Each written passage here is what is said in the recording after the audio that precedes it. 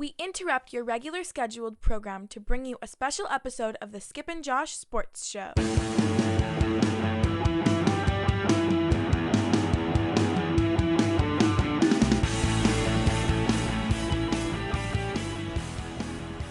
Skip. Hey. So normally we don't do a show in the middle of the week, but we did speak on the phone on the weekend after we recorded our last episode. And we talked about the situation with the Montreal Canadiens.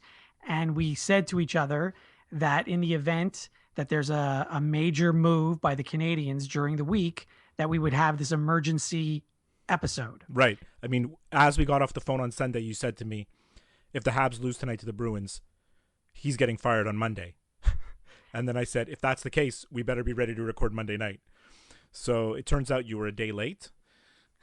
A day late and a buck short. Yeah, well, we were a day late, and you know, at 4:30, I was just browsing on Twitter, and I saw some kind of weird post that Therrien's fired and Julien's hired.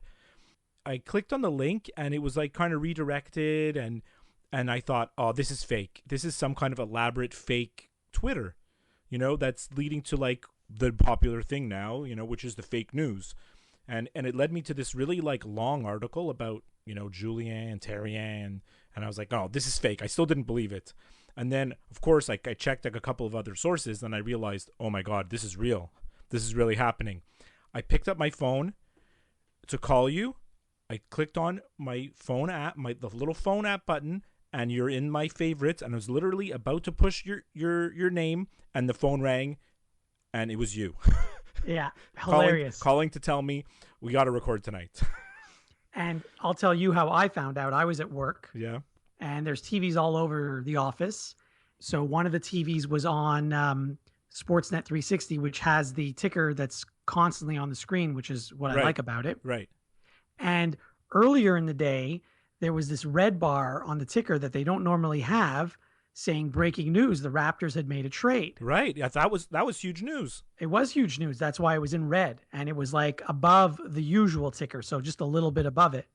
So anyway, so I look at the screen again at around 4:30 or whatever it was, 4:35, and I see this red bar. So I'm thinking, are they still saying the Raptors trade is breaking news? It's like hours ago already. Yeah. And then I look, and it wasn't the Raptors. It was that the Canadiens fired Michel Therrien and replaced him with Claude Julien. Yeah. So immediately I grab my phone and I call you, and I was inside, like you couldn't hear me. I was trying not to laugh.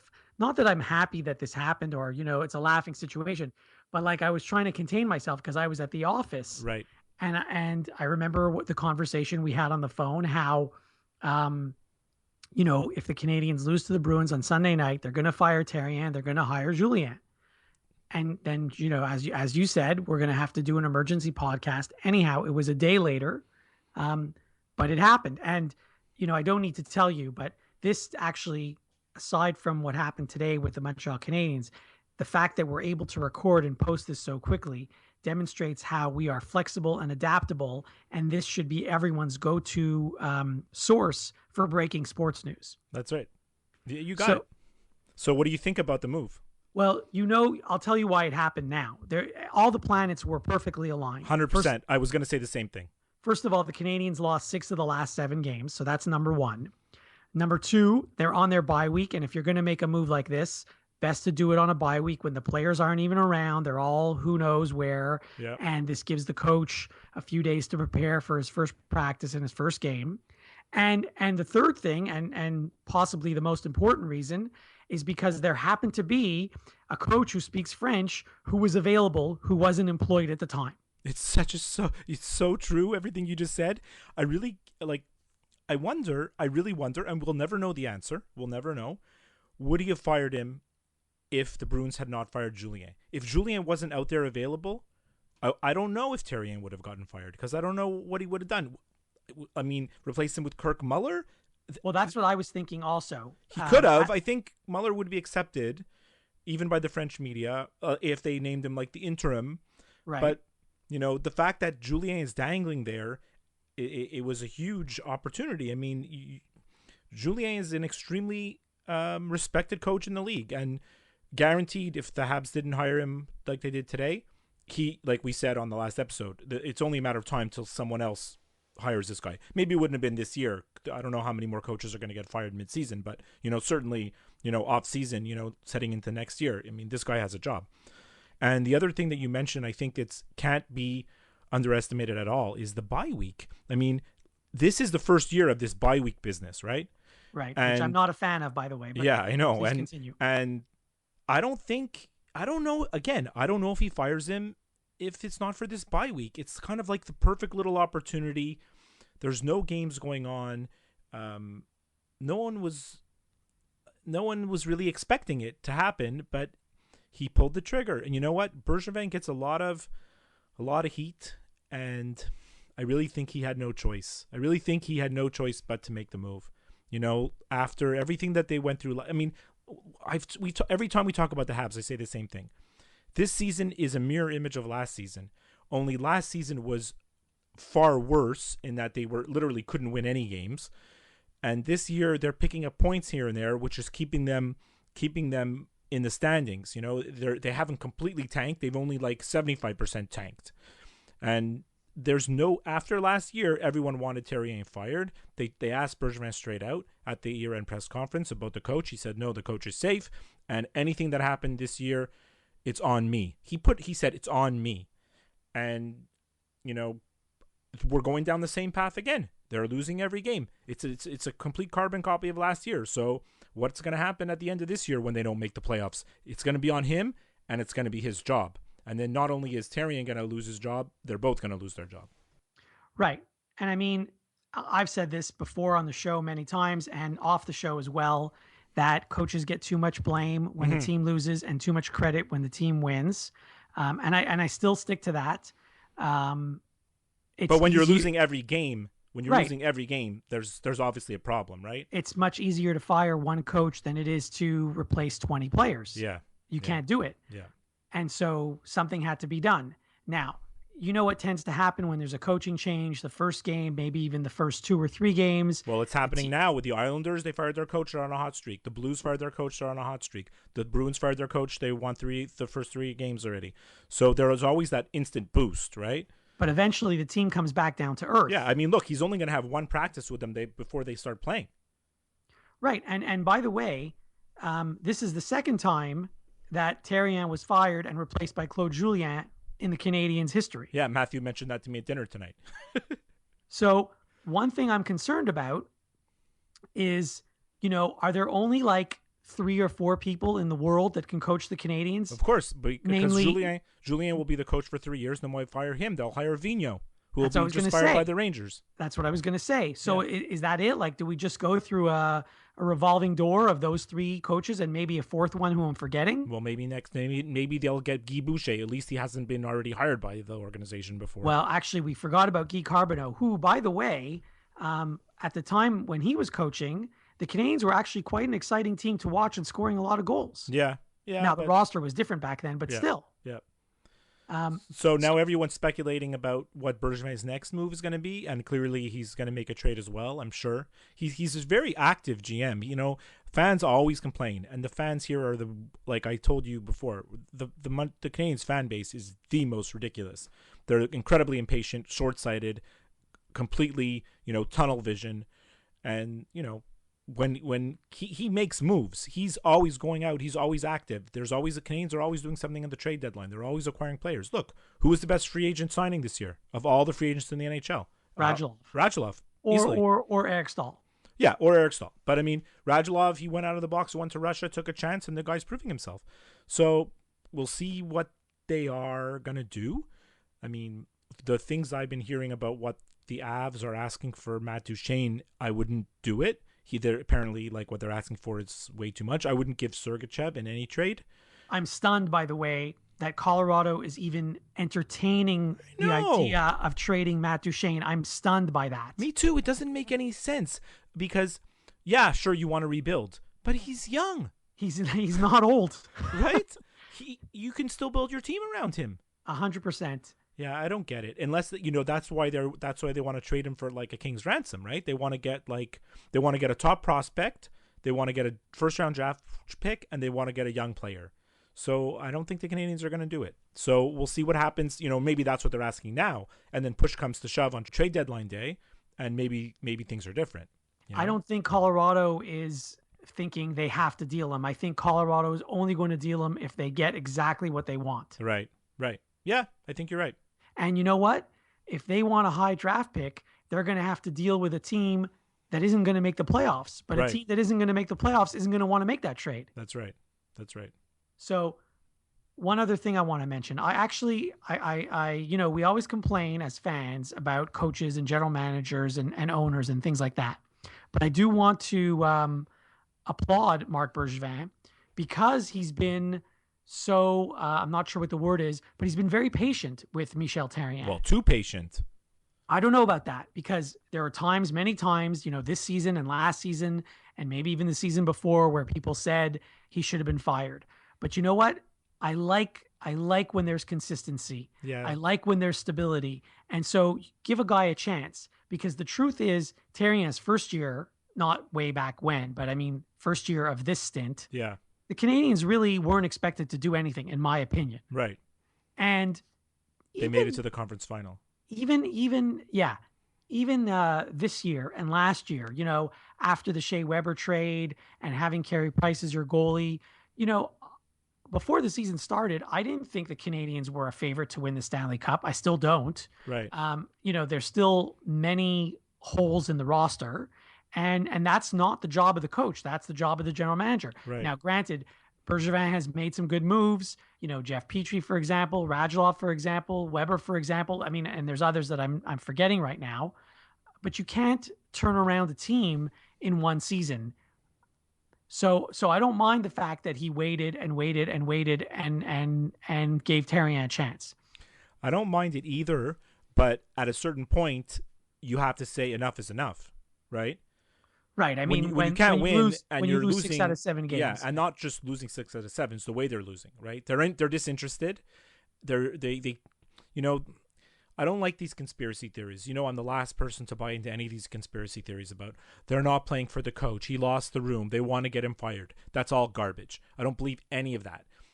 Professional athletes are proud. They don't go out there trying to lose. It's against their human nature, right? Of but course. there is something to be said about losing the room and players seeming disinterested.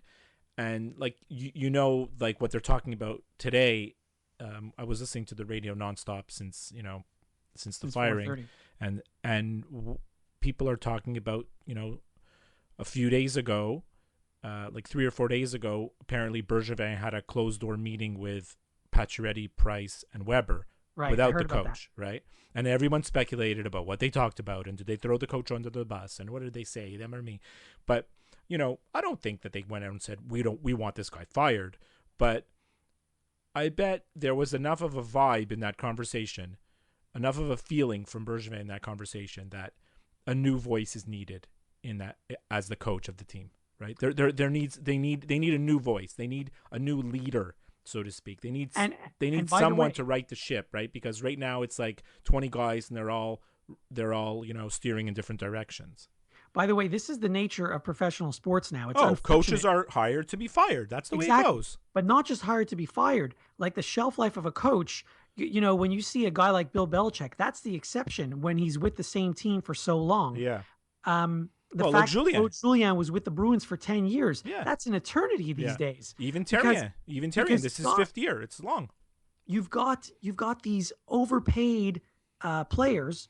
And they're all overpaid. Don't get me wrong. Even Sidney Crosby's overpaid. And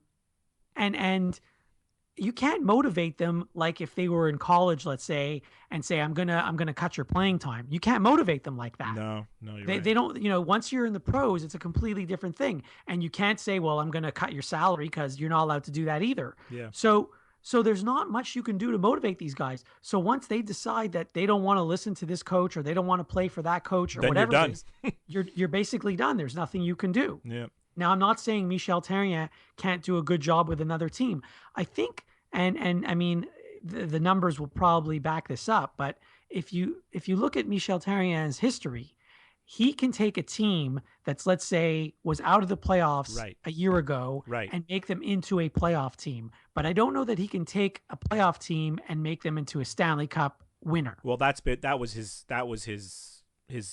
MO so far, right? He came in with the Penguins. They were a very young team. Granted, they had Crosby, Malkin, but he took them from basically garbage to contenders. And you don't remember that Therrien was the coach of their AHL team, of the Penguins AHL team. So he came up with all those young players, right? Right. And, of course, everybody knows how that ended. At one point they let him go and they went on to win the cup. And then same thing happened, when he got rehired here, right? It was a instant jolt. The team kind of overperformed, and now we're seeing, they're not going anywhere. So the move had to be made. I can tell you one thing: just going on social media in general, and then personal friends of mine's Facebook and Twitter accounts, I haven't seen one person that's not happy about this move. There's not one Habs fan that I've come across so far that is not happy. So, okay. Well, I feel bad for Therrien. Sucks to get fired, but too bad. Let me talk a little bit about Claude Julien, because we haven't really talked much about him today.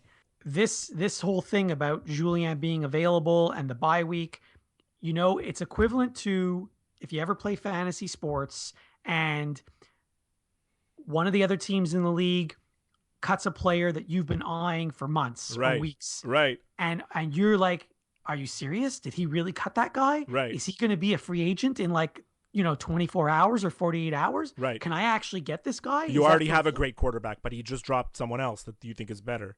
Exactly. Yeah. So it just fell in the Canadiens' lap. I mean, like I said, everything, the timing, everything had to happen at the time that it happened. And the Canadiens had to ask the Bruins for permission just to talk to Julien. Yeah. A lot of people were saying that they weren't going to give permission, but at the same time, professionally, how do you tell a coach that he can't take a job? That's right. usually like an organization usually will not do that. Even the heated Canadiens-Bruins rivalry, an organization won't stand in the way of someone else taking a job. Right. Right. And I mean, I've heard this before, and I don't know if it's the same way in other leagues, but I know that with Dan Bylsma, the same thing when he was let go by the Penguins. Right. Other teams had to ask them for permission to talk to him. Well, because he's still under contract, right? Right. But I mean, it's weird. You've just fired the guy. And so now he's out there dangling in the wind, unemployed. Yeah. And teams need permission just to talk to him. I mean, I'm not sure if other leagues do it the same way. I don't know. Would have to get a lawyer on to talk. Neil probably knows. We may need to get a lawyer on to talk about that. Like I said, all the stars were aligned and the move was made. And by the way, for all those people who you said on Twitter and social media who are thrilled about this move, in 10 days from now, we could be saying fire Julien. I don't think it's going to get to that, but it's going to be like put up or shut up now, right? All the Habs fans have been crying for Therrien to be fired, basically saying he's holding back Galchenyuk, he's holding back this one. Last year it was he's holding back Subban. We can't get the most out of our young players because he doesn't know how to use them. He uses their there's a litany, there's like a laundry list of excuses, right? And it's all against the coach. So now that coach is gone, the players are going to put up or shut up now. Like, it's on them. They've got to perform. There's no more. The fans are going to be like, who are they going to point the finger at next? Right, so. But Julien isn't exactly the most offensive-minded coach either. No, but there aren't many anyways. You're right. There aren't many. No. Guy Carbonneau, I think, was the exception.